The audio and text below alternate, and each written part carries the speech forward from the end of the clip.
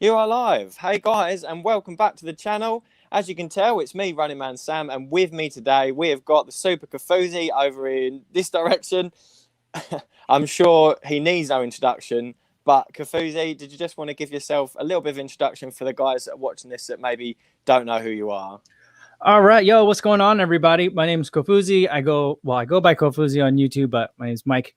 I'm just a dude that runs a lot, and I love talking about running kind of stuff. So I like to think of the content that I put out there on, all the various social media as like the kind of stuff that you would talk about if you were in a running group and it was a long run and a bunch of people there, and there was a guy that had the shoes on that you were just looking at the other day, and you might say, "Hey, what do you think about those?"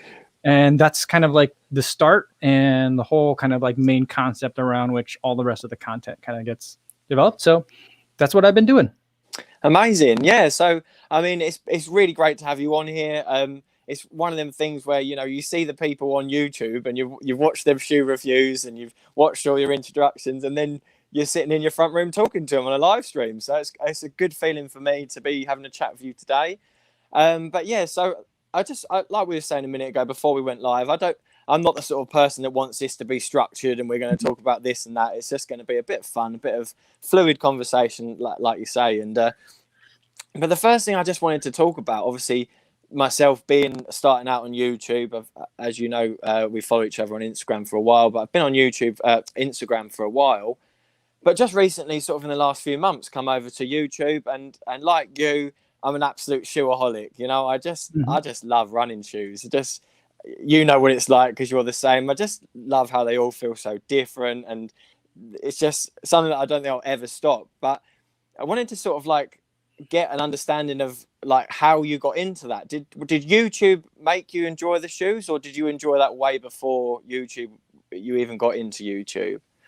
I mean, I enjoyed the running shoes that I had, but like being in YouTube and then watching more YouTube certainly was like, hey, you can have more than just one kind of shoe. And I was like, oh, I can? Tell me more about this. And so then I'm starting to search on YouTube, like other shoes that are out there. And then I'm seeing other people that are making great content and having fun adventures in their kinds of running shoes and the kind of they do.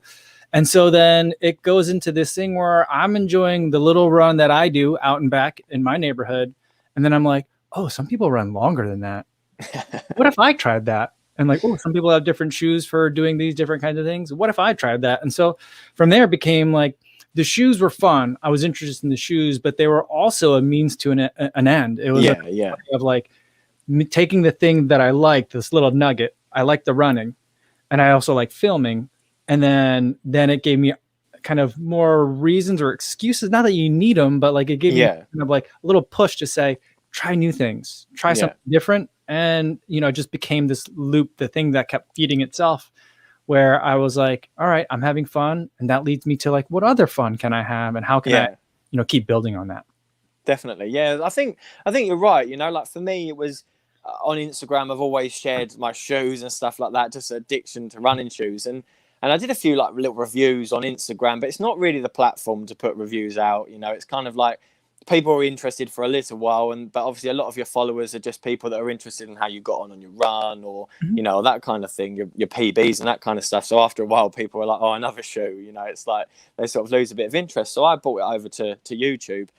So I kind of like sort of used my already sort of love there for running shoes, like you, just to thought, oh, this is a good place now to put some reviews out and stuff. And then it's sort of grown from there, kind of like you have and like Seth has. Is like it started off as the shoe reviews, and now I try and do like the racing vlogs and the training tips and all that kind of thing.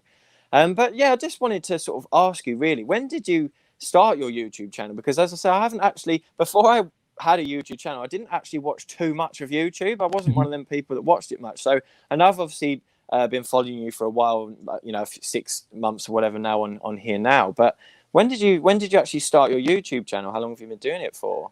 I mean, my first YouTube video was probably more than like a dozen years ago. Oh, wow. Back when, I just needed to show someone something in like a quick video that I took. And I didn't have any idea how to attach it to an email. So I'm like, all right, well, I'm going to make this YouTube account. Then I'll post it there, and then they could see what I want to show them. And so that wasn't really a video. It was just like, here's a video that I put online. But then, and, I started making videos, I think more regularly, probably about 2016, maybe 2015. Yeah. Probably 2016.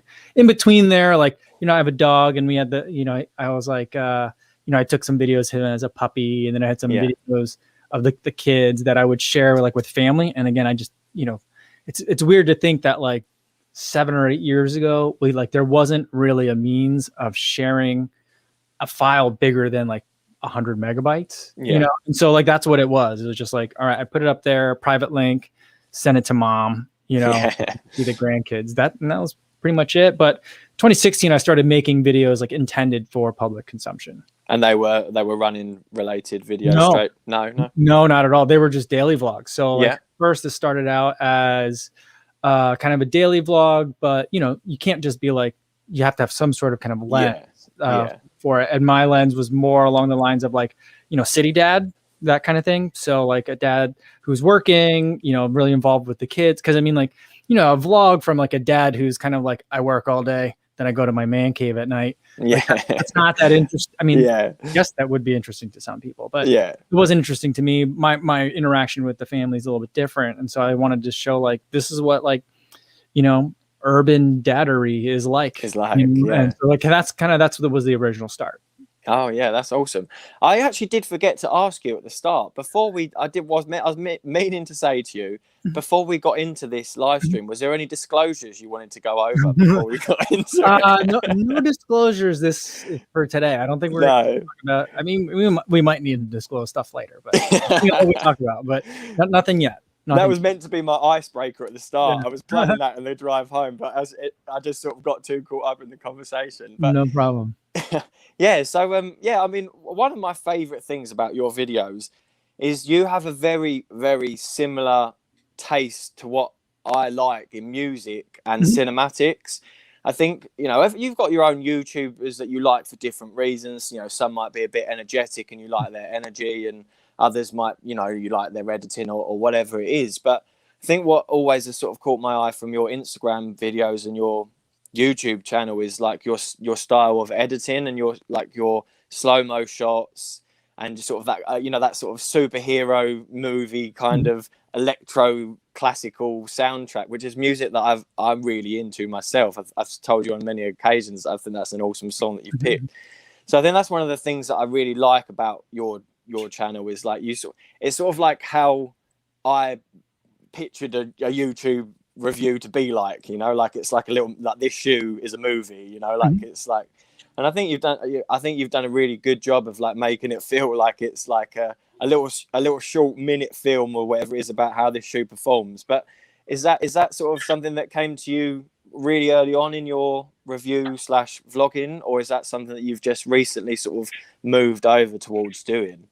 I mean, I think to an extent it was always there, but like there's kind of like a progression there. Yeah. I've never, starting out, I really didn't like talking to the camera. Like I didn't, like at the time when I was starting to do it, very heavily influenced by Casey Neistat because he was, huge. He was still doing his daily vlog at the time. And kind of like the whole, like having the Gorilla Pod with the giant Canon on top, the Canon camera, like that didn't really appeal to me. And so what I started out with the running videos is how like, kind of like I see a lot of people running videos when they start out. It's, it's easy to not talk to the camera and just have like a lot of running footage and music. And so you make basically a running music video. And like, if I feel like if I could have just done that, I would have and seen success with that. I probably would have just done that. I'm just as happy to not talk about all the stuff too, and just make like an adventure video. Yeah. So, I mean, maybe at some point. Well, I mean, I do those now. I call it the Run Meditation series, or sometimes it's Run Motivation if I want to talk over it or like voice over it. But I mean, that's kind of where it started out. Is like, I like the running footage. Definitely. I enjoy the filming outside. I feel like it's an area where I excel. And when I was starting to do it, I felt like there wasn't a ton of it on YouTube. Like even to the extent there was a lot of really great running content out there, but there wasn't a lot of like there was a lot of like running movies, like full on films. Yeah, with a crew, or at least like a few people filming other people running, like at races, things like that. And but I didn't see a lot of like people that were doing like daily vlogging and running, and filming that on a regular basis. So I was like, this is something where I can kind of slot in there, and this is something I kind of want to do anyway. So let's do it. And so that's kind of where it started out. And then over time, more of like kind of like the things that I kind of want to, I try to make it really punchy, make sure like you have really quick edits, so that way none of the shots are too long. Trying to follow all like the good like rules of making sports footage. Yeah. And after a while, I'm like, what are some of the rules that I can push and bend on a little bit to make it fit more of like how I want to see it. So sometimes, there'll be like quick cut, and then a really long extended cut that's like 30 seconds long. Yeah. Because I've gotten a really long string of action in one take, which I think is also like, something you don't see a lot. Especially in like really big productions, because, how do you hide all the cameras? Yeah, definitely. So it's just kind of like, it's more of not flexing's not the right word for it, but more of me kind of like spreading wings a little bit. Yeah. And that's where I feel like I get the chance to kind of express myself the most, is not running footage. And then with the music too, I think then you get a little quirk of kind of like, what's in that guy's head as he's going through. Yeah, like I said, like I think we've got very similar tastes with that, because it's sort of like, that's what I want to get across when I'm doing it, is like, it's like the build up with the music. Like I'm really into my sort of films. I did like film at school and that kind of thing. I almost I did get into university, but I ended up getting a different job that paid quite well, so I ended up not going. But I was going to do film studies at university, and believe it or not, I actually wanted to be a producer when I was younger. Like my goal was like, I want to make films, I want to make, and I guess, I know it's still early days, but I guess that's kind of what I'm doing now. Like I'm kind of making like short YouTube running films. So it's like, obviously it's the start of my journey. You're quite well in on your journey and enjoying some success, because obviously you've put a lot of time and a lot of effort into it, and hopefully one day that will be me at that level. But it's obviously something that builds too. But I just want to have a quick pause here, because I don't want people that are watching to think I'm completely ignoring everyone in the chat. So I just want to welcome everybody that is joining. Thank you to everyone from Kofuzi's side that normally watches his daily live streams. Thank you for coming over and watching the both of us today. Hopefully you don't think, who is this English bloke? Why is he here? What's he talking about? Well, we were talking about bloke earlier. If you don't know what bloke means, it means guy. It means like just this person. We were talking about that before we went live. But yes, I'm just going to see if there are any questions on here that I can bring up. We got one here. So question from Craig is, of all the shoes you've both ran in, build your dream road race shoe, outsole, plate, midsole and upper. That is a very good question. And I'm going to let you start, Kofuzi, because I think you look like you're really interested to answer that. So I'll let you have a go first. You want me to do all four? Yeah, I mean, don't go into too much detail in case you steal anything I can talk about, but just sort of go over, maybe take bits out of a shoe for each of them categories. Yeah, I mean, the outsoles I pay very little attention to unless there's something wrong with them. So like, I can't think of, for example, like a marathon racer where the outsole has been like, this shoe would be so good, except the outsole is just garbage. So like that one's pretty easy. I would think just keep it minimal. You're not really going to mess it up too much, as long as you go with less is more, in my opinion. I say for the plate, I like a really springy plate and one that doesn't take a lot to make it bend. And so I'd probably say like, like the Endorphin Pro is a little bit too stiff for me, but I do really like what's going on in the Adios Pro with those Arsole routes. So that one's a lot of fun. The midsole, I got to go with Zoom X just because that's the foam is so great. And then the upper, I do really like both. I'll say, let's go with I really like the Meta Racer upper. Yeah. I think it just fits great. It's and it's different because it's like, it doesn't seem like it'd be a great racing upper, but it just fits fantastic. That's a good shout. A good little Frankenstein's monster shoe there. Yeah, it'd be really ugly, but Yeah. We weren't going to pretty as shit. Yeah, I'm gonna have to agree with you with the outsole, but as long as it's an all right outsole, it's not really something that's easy to sort of. I'm kind of like you. When I run in a shoe, I pay a lot of attention to the upper and the midsole. The midsole is like my favorite part of a shoe. For me, it's like the heart and soul of a shoe. So I really, really do pay attention to that. But the outsole, unless it's something that, you know, I'm running in the pouring rain all the time and handling loads and loads of corners, it's sort of pretty much okay in most racing shoes, isn't it? But I think I'd probably go with something like the Addio Pro outsole. When I first ran in it, I thought it was going to be just a disaster. I thought like, oh, there's no grip. But it's kind of like a cat tongue, isn't it? It's kind of like I just feel like it just grips to the road. So I'd probably go with that. It's actually going to be probably quite a bit from the Addio Pro. In terms of the plate, I just think them carbon rods are awesome. I just think they're...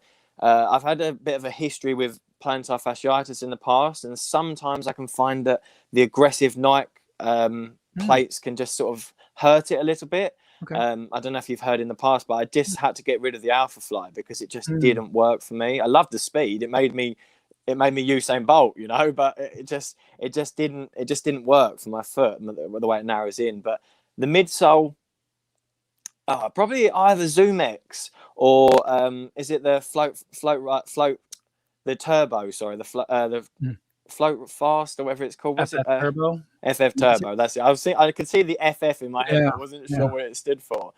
I think that's I ran in that today, actually. I did 15 times 1 minute repeats today. I did that in the Metaspeed Sky. And I just think that shoe is actually... There's some things I would change, but I think the foam works really well. And especially myself being a slightly bigger, heavier runner, like more of a muscular frame, it's sort of... It likes the more impact that I put into it. Right. And in terms of the upper, I think my favorite upper is the Addio Pro upper. I just think it's just nice and spacious, and quite breathable as well. And not that it's all about aesthetics, but I think it looks pretty cool. I love the like little ombre colors that they've got going on. Oh yeah, I mean, the Cellar Mesh is great. So like that's definitely good. I feel like, you know, when I look at the Adios Pro upper, I don't know if you remember the movie Cotty with a Chance of Meatballs. The kid spray on shoes. Yeah, I feel like it just looks like spray on shoes. Once they're on, they're not coming off, and it's just like that to me. So I just feel like I don't know why those two things connect to me, but it just... That's a good reference. A good way. I'm just going to read out a comment here. Someone says, is this the right live stream? Well, I guess it depends on what you wanted to watch. But if you wanted to see Kofuzi and some English guy, then yes, it is the right live stream. Well, there was a time last year, about a year ago, where I don't know what was going on, but YouTube would create... I think it was because I was doing something with StreamYard. But when I was doing it from my phone, there was something weird going on. Yeah. No, it was before I used StreamYard. Yeah. What you're using. I was using OBS. And the way it was connecting into the YouTube live stream, it would create two live streams at the same time. And so some people would be at one and some people would be at the other. And I would never know which one we were in. So it was like a month long where like every day it was like, are you in the Bizarro live stream or are you in the right one? So that's where that comes from. That's an old school live stream viewer. Good reference there then. Very clever. And then, Ben there just saying, hello, Ben. Ben saying, who is this English bloke? What's going on? And what else have we got here? Let's have a little look through. Just don't want people to think that I'm ignoring them. Yeah, indeed, that was someone here, Kofuzi said, indeed, that was a surprise. The first time it dropped, no idea that was even in the US vocabulary. I guess you're talking about when I said bloke then.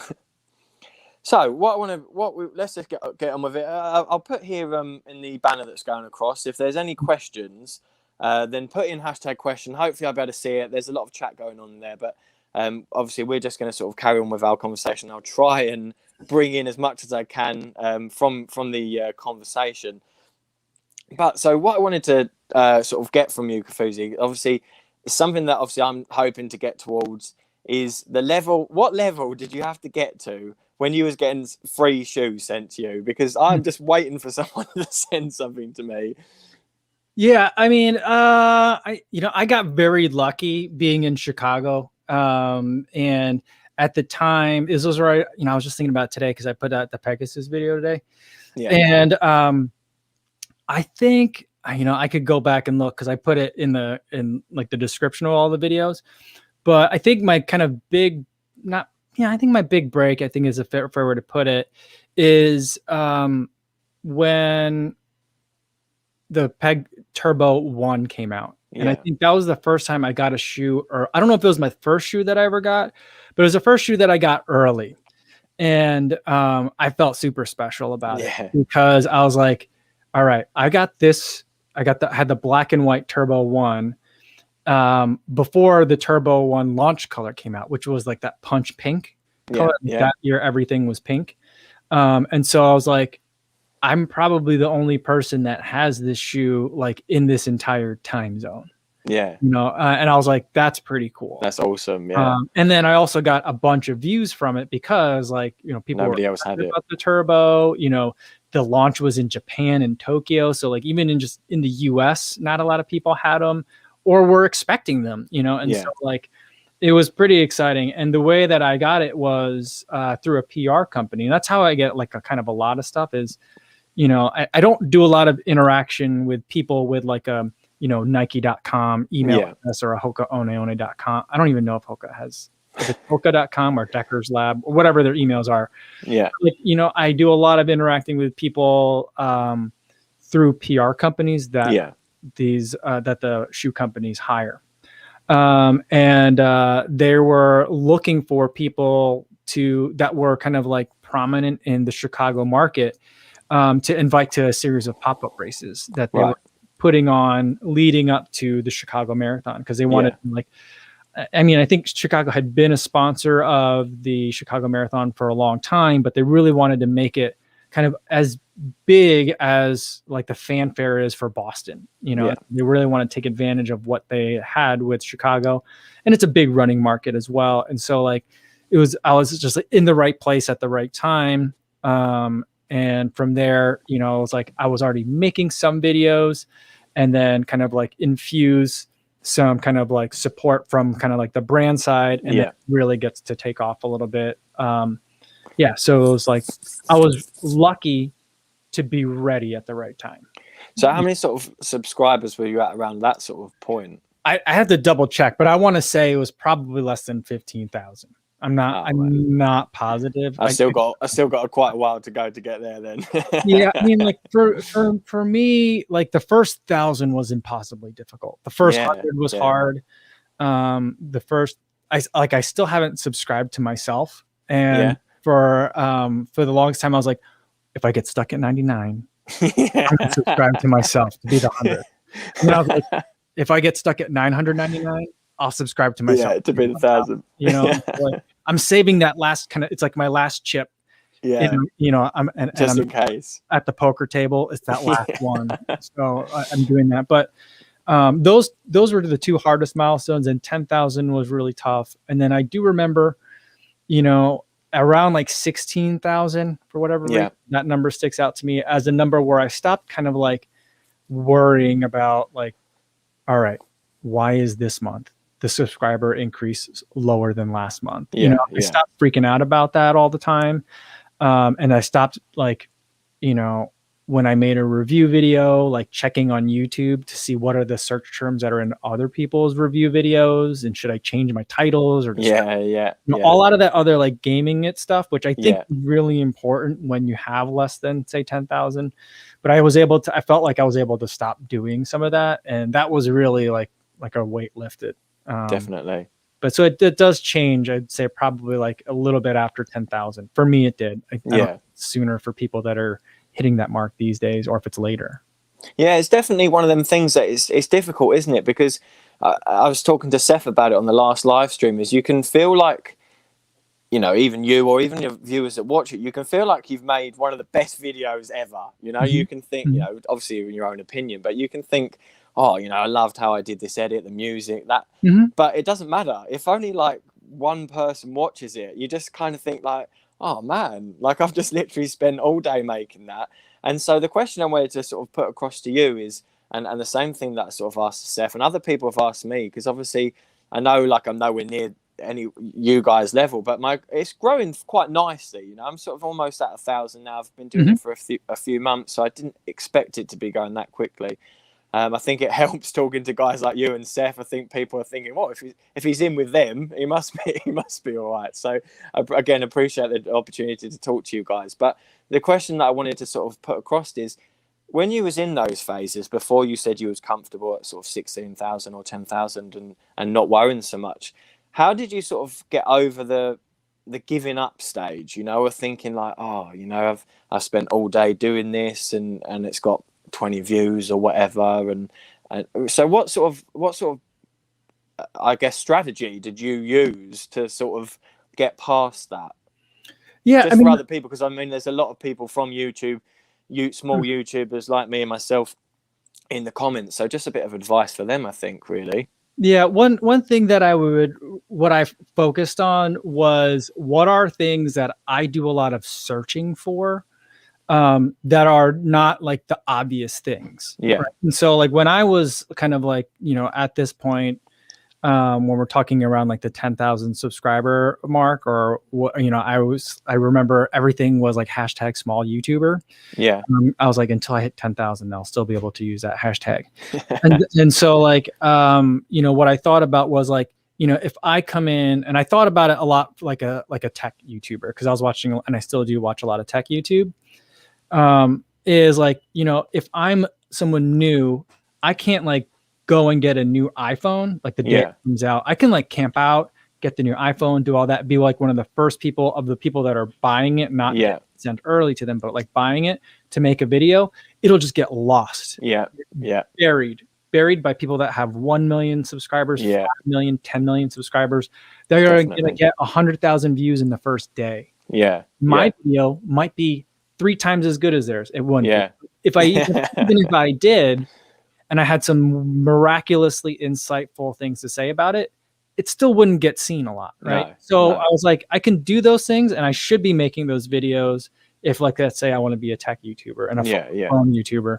But the things I should focus on are, what are the things that those people are not paying attention to because they get the iPhone a week early and they got to make a really great video because the other best people in the industry are going to make their video too. Right. And so I would focus on like, well, what am I doing a lot of YouTube searching on and wishing that there were more of? Right. And so like, that's how I started doing a lot of Bluetooth earbud reviews. Which I still love doing, but like I get so many that I say no to now, because I'm like, I appreciate it very much. And I always try to respond to any emails and requests, even if it's to say no. But like I started doing that because I'm like, that was the time when people were just starting to think about Bluetooth earbuds and everything was still connected. So like you said earbuds, you said true wireless earbuds, or Bluetooth earbuds. And that, you know, that meant 2 different things. And so like that kind of became like my niche. So that way I was like, all right, I don't need to be I would love to be the first title that like video that comes up when you search for Pegasus. But it's a long shot. There's a lot of other people that are going to be bigger than me. Like at that point, like people like Hez Kicks and, you know, all like the fashion or like the hypebeast YouTubers, like those YouTubers, those people are getting the views on even those running shoes. I'm not going to beat them. Like Seth Fowler, like I'm not going to beat those guys. So what can I make a video about and be the #1 search term result? So instead of like trying to like make your titles and descriptions make that search hit rank, find the things that you will rank at and talk about that, as long as it's, you know, a natural fit for you, you know? So like, you know, what I see a lot of times in, just to go back to like the tech YouTube space, is like people do reviews of the top 5 best iPhone accessories. Right. And those are things that are relatively low cost, that are easy to obtain. But like, you know, there's also 1,000 potential YouTube iPhone accessories that are just garbage. So find 5 good ones. And then talk about those, because that's not something that like your average consumer or, you know, like MKBHD, they're not going to talk about that. But that is something that a lot of people that are looking at iPhones are going to be looking for. So that's kind of how I did it. You know, I went and talked about like local races, you know, training as, you know, a dude that used to run in high school, now is coming back to it 20 years later, you know, that kind of thing. So those are the things that I talked about. And that was kind of my approach, but also that's what I was doing every day. And so I was just talking about what I'm doing. Yeah, I mean, I've noticed a similar sort of thing when I'm doing. I mean, obviously, I'm at the stage you was where you sort of second guess yourself. You know, you put a thumbnail up. Was that Mhm. the best thumbnail, or should I change it? Or I've got another one. Should I change it? Or you put a title up, and within a few hours, it doesn't maybe get the response you thought it would. So you think, should I change the title? Like, try to Mhm. change the title. But I have noticed. I mean, obviously, luckily, it seems to work in my favor as we spoke about earlier because I just love buying shoes. So obviously, shoe reviews do well on YouTube. It's one of them things that sort of, especially at the moment with the way that the shoe market is, where a super shoe comes out, especially like the Adio Pro, and then it comes out once, and then it never comes out ever Mhm. again. Like if you wasn't lucky enough to get it, you didn't get it, sort of thing. So I think it's kind of like if you can get the shoe review out there quicker, you can sort of get your content out there a little bit more, kind of thing.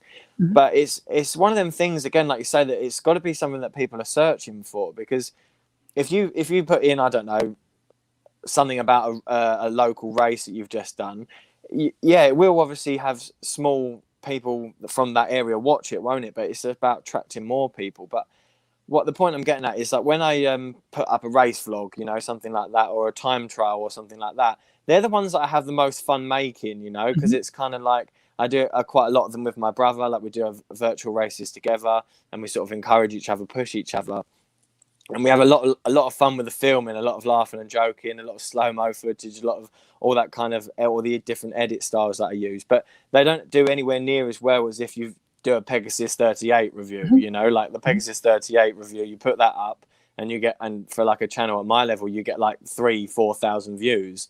You put a video of, I don't know, a hill session that you did together that Mhm. was good entertainment to watch, but not being searched, and you get like 200 views, and people do ask me now, like, how do you not just think, oh, 200 views, I'm not going to do it again? But I think sort of my advice from that is, obviously I'm nowhere near at your level, so your advice is much more sort of credibility to it. But I think you just got to believe in your content. I think you've got to think like what you make is, as long as you don't feel like you're just a mirror image of somebody else or just copying somebody else. I had an interview the other day actually with the Dev Runner. I don't know if Mhm. you know him, but Yeah. so yeah, we had an interview. He interviewed me. We've done a few live streams together, and he said, what's one of your biggest tips for like new YouTubers?" And I said it was, of course, get like inspiration from the bigger YouTubers that you look up to. I said your name, Seth's name, if it's Ben Parks or whoever it is that you look up to.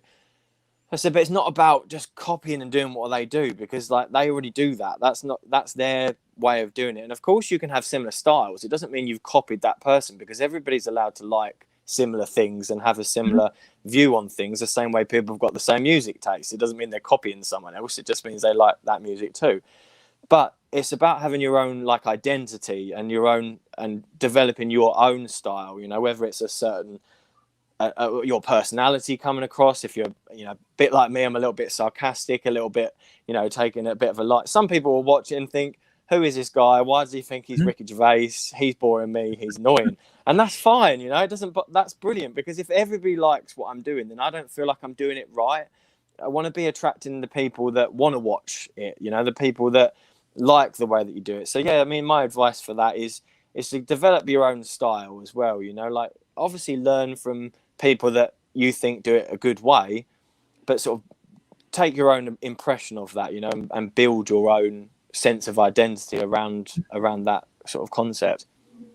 Yeah, I mean, I think I would take, I think that's all a great approach. But I think there's another way to look at it too. And I mean, there's like kind of like two flavors or two approaches of kind of the same thing that I guess I'm trying to say. Yeah, Is one is that, you got to think about like every video you make on your channel is not for the same person. yeah, Right. So you might like when I do like a Peg 38 video, I know there's going to be a bump in views because that's yeah, a shoe that like gets pushed by YouTube, helps me and pushes that one pretty hard because people search for that one a lot. yeah, Right. yeah, And so like a lot more people than might normally see me are going to see it. If I make like the Chicago Marathon video that I make, I know a lot more people are going to see that. Or if I make a video about an air fryer, yeah, a lot different people than normally watch me are going to see that.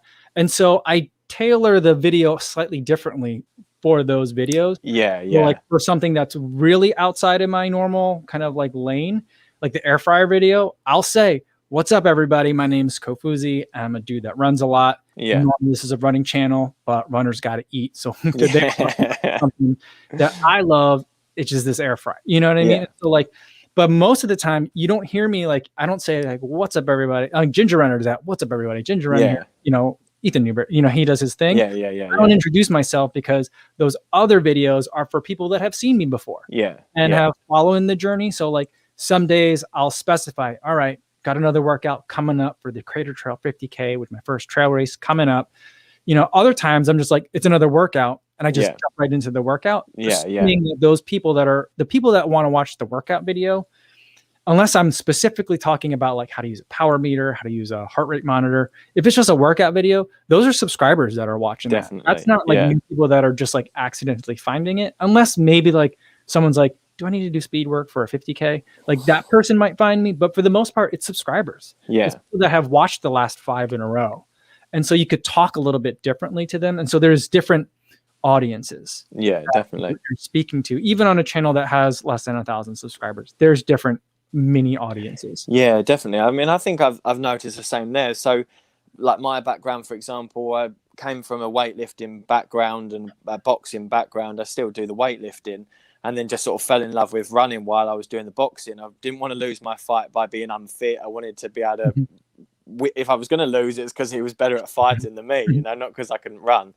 And then during that training, by the way, I did end up winning my fight, but during my training, I just loved it. You know, I was like, oh, I've never really been into this before. I did the odd 5K on the treadmill when I was training in the gym, but it was more like, you know, bulking up and sort of putting on muscle and that kind of thing.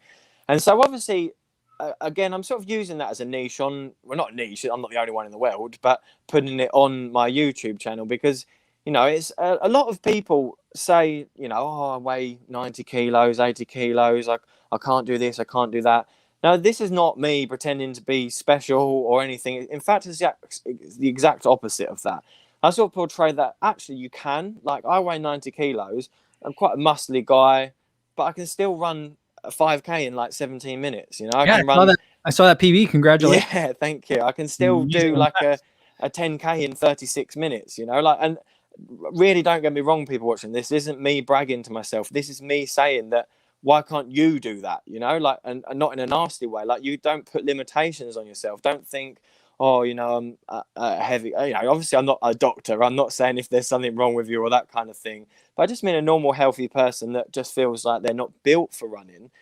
There's no sort of build really for a runner. Like, obviously you're not going to be someone that gets a world record in a 5K because it's science. If you weigh 60 grams and someone else 60 kilograms, well, the 60-gram guy's definitely going to win. If you weighed 60 kilograms against like 95, 100 kilograms, then obviously there's a clear difference there. Mm-hmm. But sort of the point of the channel is that you can enjoy being, if you like being heavier, you know, you can stay like that, you know, you can still do both. And it's kind of just sort of, I think I'm in the next few videos, I'm going to bring that across a little bit more and sort of talk about my kind of transformation in my life. Like, I went from like sort of fit to a little bit fat to like fit again kind of thing.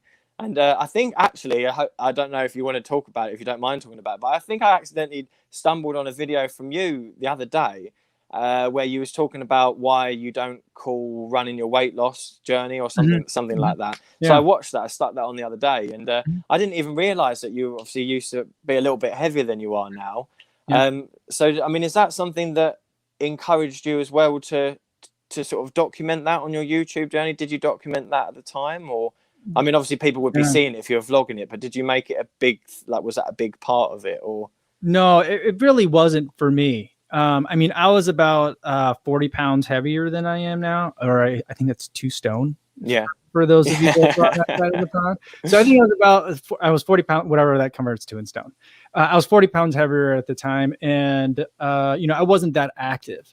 Yeah. And but I was making videos already, and then I started my running buddy. Well, he was, you know, we were friends already at the time, and he was like, "Hey, let's start running."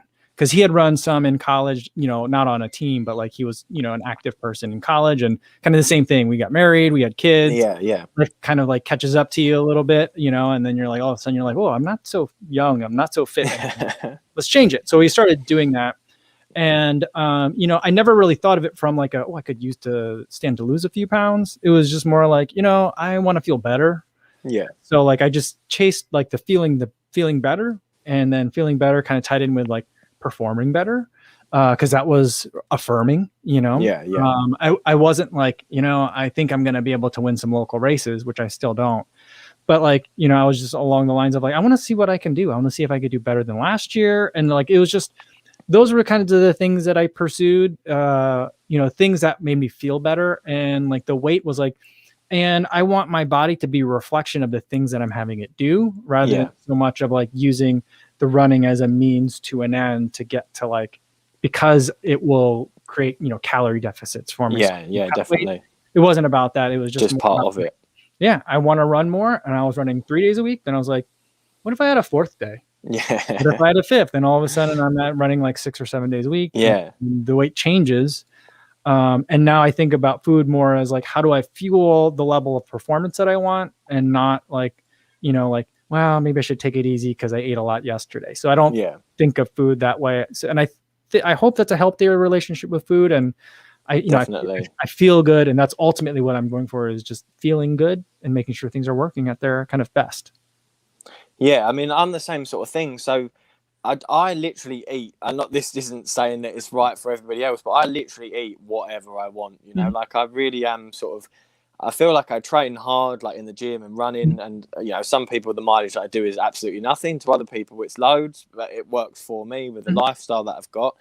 And I'm definitely a firm believer in, if you're training hard, you need to be putting the calories into your body, because obviously otherwise you're going to struggle on those runs. But just want to get into a little bit of a topic here, because obviously it's something that you're doing very soon. You're training for a 50K, is that right? Yep. Yeah. So I know we've got quite a few small YouTubers on the channel that are really into ultra running. I think there has been a few questions, but I've missed them. But just want to sort of talk a little bit about the training that you're going through at the moment. So is it something that you've done before, a 50K ultra, or will this be the first time that you've ever done one? I did a solo 50K last year in the summertime by myself. And just like I ran, there was like a figure 8 kind of like loop along the streets here in Chicago, because back at that time, the lakefront, all the parks were closed. So I just kind of found this like kind of loop that kept me somewhat close to home in case I needed to go to the bathroom. That I did last year. But this will be my first trail race and my first real 50K race. Yeah. So I want like cowbells. I want aid stations with like candy and soda, and like just all like the kind of weird, quirky stuff that I've seen in all these, you know, ultra videos. I want the whole experience. And I found one in Eastern Iowa, which is not that far from where we spent a lot of last year with my in-laws. So I think it's kind of like a very fitting way to kind of like, you know, coming out of the pandemic, getting into an in-person race and doing it, you know, kind of back over there. Definitely. So, I mean, is that something that you're going to be just focusing on getting it done, or are you planning on taking a camera, GoPro with you, or you're going to take one with you? Oh yeah. I'll probably bring a couple. I don't know if I'll bring I'll definitely bring the 360, because 360 cameras I think work great for trail. And I don't know if I'll bring a GoPro as well. I might bring the smaller Insta360 Go, because it's lightweight. I can just put it in the pack real easy. But I think I'm probably just gonna bring the 360 camera. And you know, I'm not trying to. I mean, it's my first official race of that distance, so it'll be a PB no matter what.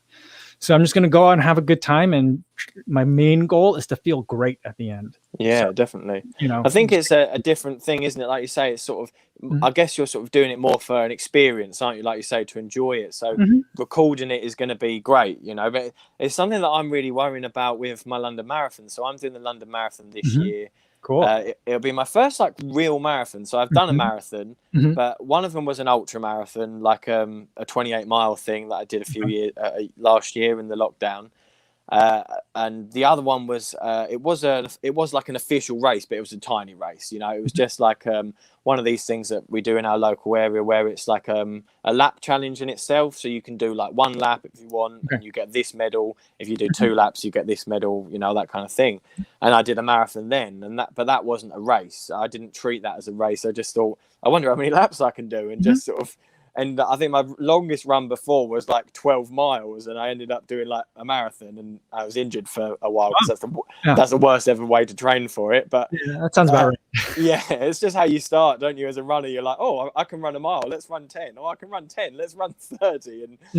And your body just doesn't work like that. But this will be my first like proper race where I'm like going, right, what can I do all out, you know, out of trying to smash it as a PB level. And that's something that I'm sort of worrying about, is that, like, for me, I love a 5K, I love a 10K. I quite enjoy a half marathon, but that's getting harder the faster I get because the pace is faster. So, I mean, now I'm at like 6:06 mile pace for a half marathon. So I sort of think like, God, you know, if I'm getting into the 5s for a half marathon, that's starting to get really tough.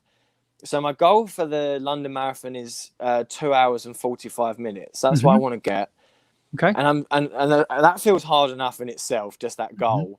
But now the thought of having to carry a GoPro with me. Now, obviously, I'm trying to really do something with this YouTube channel, and it's far too big of a race to just completely pretend didn't happen. You know, like I need to get some filming for it in one way or another. But I guess that's something that I was just wondering with you for yours. I guess it's different because it's more of a, obviously, like an experience kind of thing. But for me, it's like, I'm thinking like, what am I going to do? You know, like, I don't really want to be trying to run 6:45 pace, just knackered, holding the GoPro going like, I'm dying, you know, like, right. So yeah, I don't know. What would do you, when you do marathons and you're going all out PB, do you record them as well?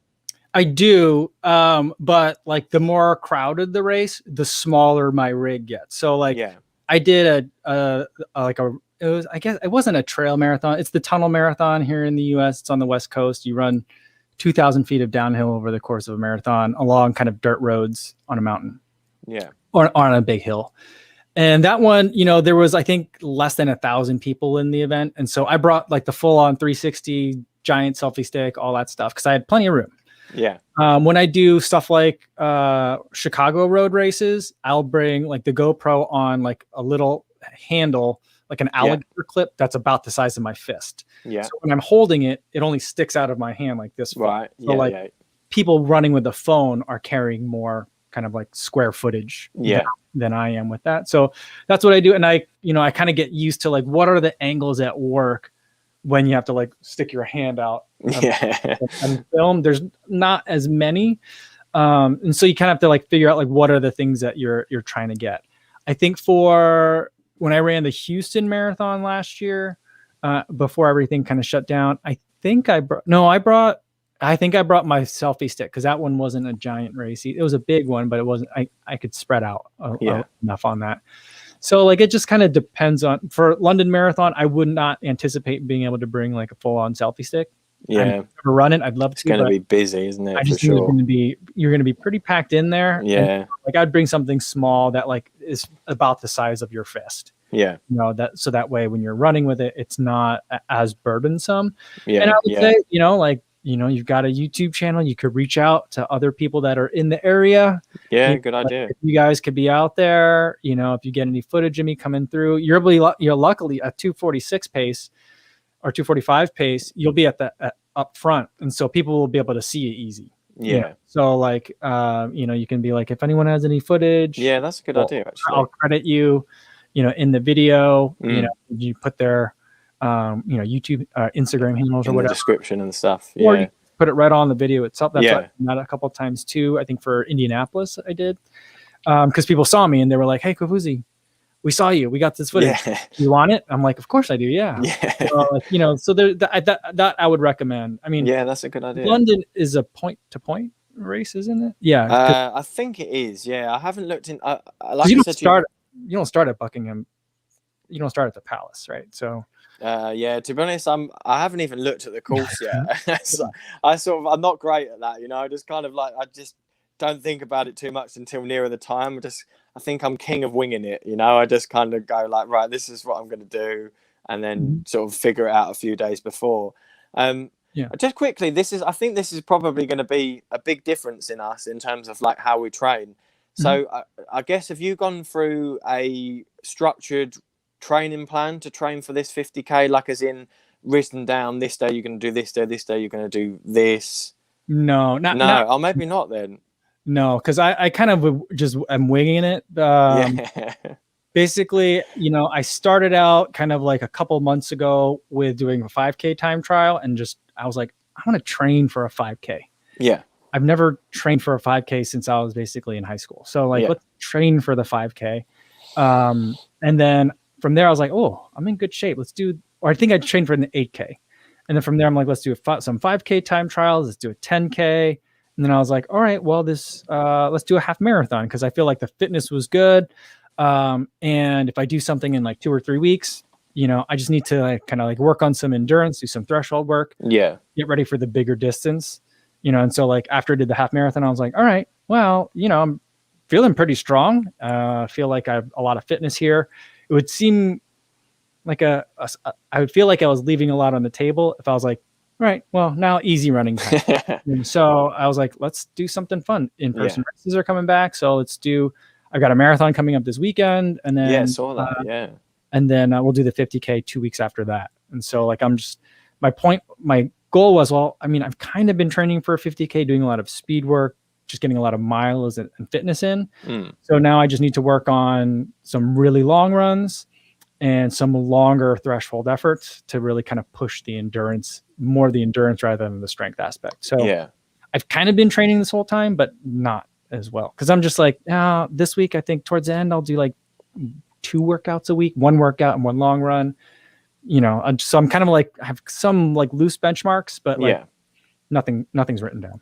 I mean, I'm the same. So again, I think it was Dev Runner that asked me on his channel. So, or a lot of people ask me on here, like, what training plan do you follow? Like, what's your structure? Did you do a 16-week training plan? Do you do a 9-week training plan, 10-week training plan?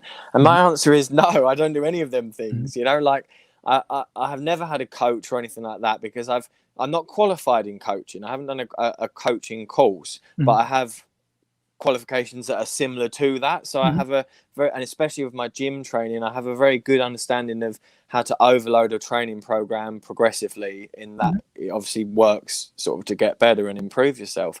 And obviously that I use that sort of in my running sort of thing. So obviously by no means am I pretending that I'm an expert and I know everything, but I just sort of kind of like you, I wing it to an extent, in that I know what I need to do to get better. I know that I need to do the easy runs. I know that I need to do the intervals at goal race pace or faster, the threshold runs and the tempo runs. So I know what needs to be included.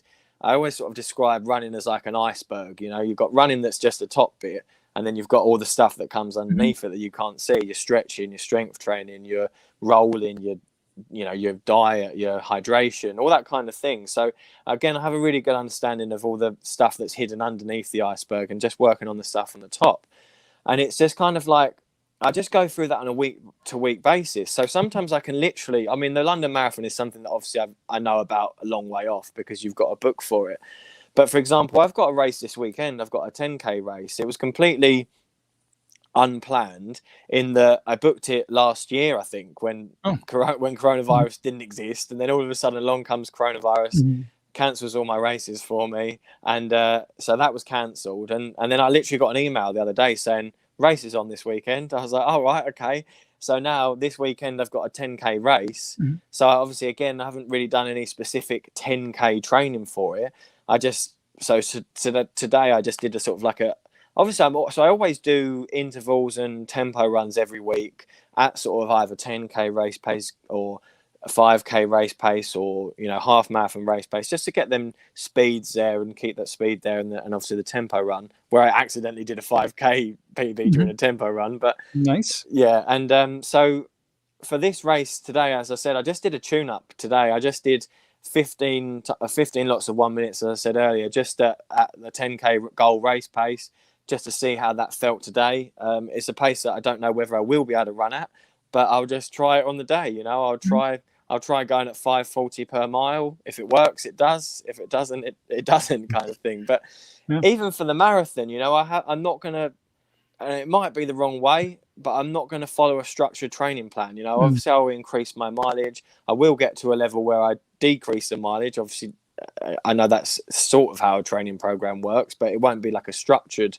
training program. But yeah, I mean, it's interesting. I didn't know whether, because I know Seth is quite like, you know, we're doing this and then we're doing this, and it's kind of like we're going to do this many miles this week, build it up and build it back down. So I wasn't sure whether you took a similar sort of approach to it, but it's interesting to hear that you kind of just do it a bit like me, where it's just like, well, we're just going to try this. Yeah, well, I mean, for a marathon, I'll put more structure into it. Yeah. But for every other distance, I'll kind of like, well, how many weeks do I got? You know, and you fit as much training as you can to put yourself in the best position that I can if I don't have like a ton of time. Yeah. But for the 50K, I don't really know what I'm doing. So yeah, that's there's true. not really a lot for me to kind of like go off of. I mean, I feel like I'm running a lot of mileage, more than most people probably are, like the average kind of like finisher is. And that's kind of all I want to do is finish. So, you know, I feel like I'm okay. So like, I'm not going to worry about it too much, but for a marathon, I definitely will think about it a lot more. Yeah. But even then I'll only really plan out the workouts, and then everything else just kind of gets backfilled. You know? Yeah. I think we'd take a similar approach. Like, obviously I know I have to increase my mileage and, you know, week by week, and then obviously can't increase it every week, but it would just be like, oh, I'm going to do a 16-mile long run this week, you know, and the next week I'll do 15, and then it'll be 18 the next, or whatever. But I'm just going to quickly go through the comments. So sorry to guys, I know people have been talking. Obviously, we've just been so wrapped up in talking that I didn't want to sort of stop Kofuzi or myself halfway through a sentence to bring it up to you. So I'm sorry if we haven't been able to answer a lot of questions today. Hopefully it's something we can do again in the future, either on this channel or on Kofuzi's channel. But just going to sort of see if I can see anything in here that... so we've got here said... Yeah, so someone said, can you talk about hill running and how 1,000 elevation gain can kick your butt? So yeah, again, I'm just going to bring this up quickly. I don't want to talk about it too much, but so myself and another friend of mine that I met on Instagram, we created what's called the RMS Run Club, which is a little place where we just create weekly challenges for people in there, all kind of running related, or like the tip of the iceberg kind of thing. We said stuff that relates to running in a way, sort of squat challenges and all that kind of thing. So the first one we did was a 1,000-foot elevation challenge, which sounds quite easy, I guess, to some people who do hill running all the time or trail running all the time. And for other people, sounds ridiculous, who, you know, run flat all the time. But so the concept behind these challenges is to make what we're doing seem more fun, so it's incorporated more into your training. So say if you're someone that never runs hills and you do this hill challenge, you might think, oh, actually I quite enjoyed those hill reps. Yes, they were tough, yes, they were brutal, but I'll give that a go. So the concept behind the challenges are, you know, to sort of get people involved in wanting to do them. So yeah, we did a 1,000-foot elevation challenge, and the concept behind it wasn't that you had to, you know, you could do a marathon with 1,000 foot, you could do, I don't know, 2 miles if you found a mountain to climb, whatever it was. It doesn't matter if it took you an hour, 3 hours, 4 hours, just had to have the 1,000-foot elevation. And it shows that a lot of people didn't know how much that was, because they'd go out and do what they thought was a hilly run, and then they'd come back with like 300-foot elevation on their Strava. And they was like, wow, I really underestimated like how much 1,000 foot was. So me and my brother, I call him the GoBro in the videos. It just stuck. I said, I've got the GoPro and the GoBro, and then that just kind of stuck. So he's the GoBro. So me and the GoBro did the 1,000-foot elevation. We did it over, I think, 7 miles. So it's quite a short distance to get that sort of elevation in. And yeah, it definitely, it wasn't something that we just took lightly. So I'm a little bit of yes, I do the slow runs and the easy runs. But when it's something like this, I'm not very good at like just taking it easy. So we was going up these hills really fast, and that brotherly competition is kicking in. I went, oh, we're just going to go up this hill nice and slow. He's like, yeah. And then he starts speeding up a little bit, and I'm like, well, I'm not going to let him beat me. And then, then you end up racing each other. So yeah, I mean, for anyone that is interested in joining the club, there is a link in my description to join the club. Feel free to join. There's no cost or anything. It's just a fun little thing that we do on Strava and Instagram. So if you want to get involved at any point, I know obviously you're training for things, it's obviously a lot harder, but And obviously, while we're talking about links as well, I know obviously most people here know who this amazing dude next to me is. But if you don't, if you're watching this for the first time, I have put links to his all his social medias in the description below. And also, anyone that's watching this from Kofuzi's side of things and thinking, this isn't a bad bloke, we're using that word again, and this isn't a bad bloke, then please feel free to follow me on Instagram or on YouTube. That would be great. And what else we've got here? Someone says, anyone who has the ability to run a 2:45 marathon must have a good bit of knowledge. That's very impressive. Well, thank you very much, but I haven't done it yet. I've got to do it first before it can before it's a real thing. I've actually got to do it.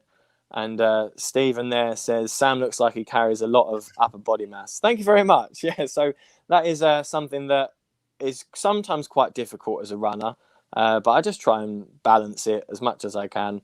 And someone else has said, bloke man, Sam. Nice. So, Kofuzi, I don't know. I know normally your live streams go on for about an hour or so. Mm-hmm. So, have you got stuff that you need to get on with and stuff? I don't want people to. Yeah, kids are going to get done with school. Yeah, that's fine. Okay, well, thank you very much for joining me today. I really enjoyed having a chat with you. Well, thanks so much for having me on your channel. It's nice to not have to worry about the chat myself. I let you handle that, and so. I know it can be a lot. There's just so much information that goes through. So yeah, I think it's different. Because, I mean, if it's just like you doing it, I guess it's the only real interaction that you've got, isn't it? So you generate. I haven't done a live stream on my own yet. I've only done it with other people. So again, I do apologise for people in the comments if there has been questions that we've missed. I am sorry. It wasn't on purpose. It was just because obviously we was having a conversation, and like I said, hopefully, Kofuzi, if you enjoyed this, maybe we can do this again at another time. That'd be great to have another little chat. That'd be good fun. Yeah, absolutely. It sounds great. Nice one. Well, thank you very much for joining, everyone. And as always, I'll see you guys in a bit.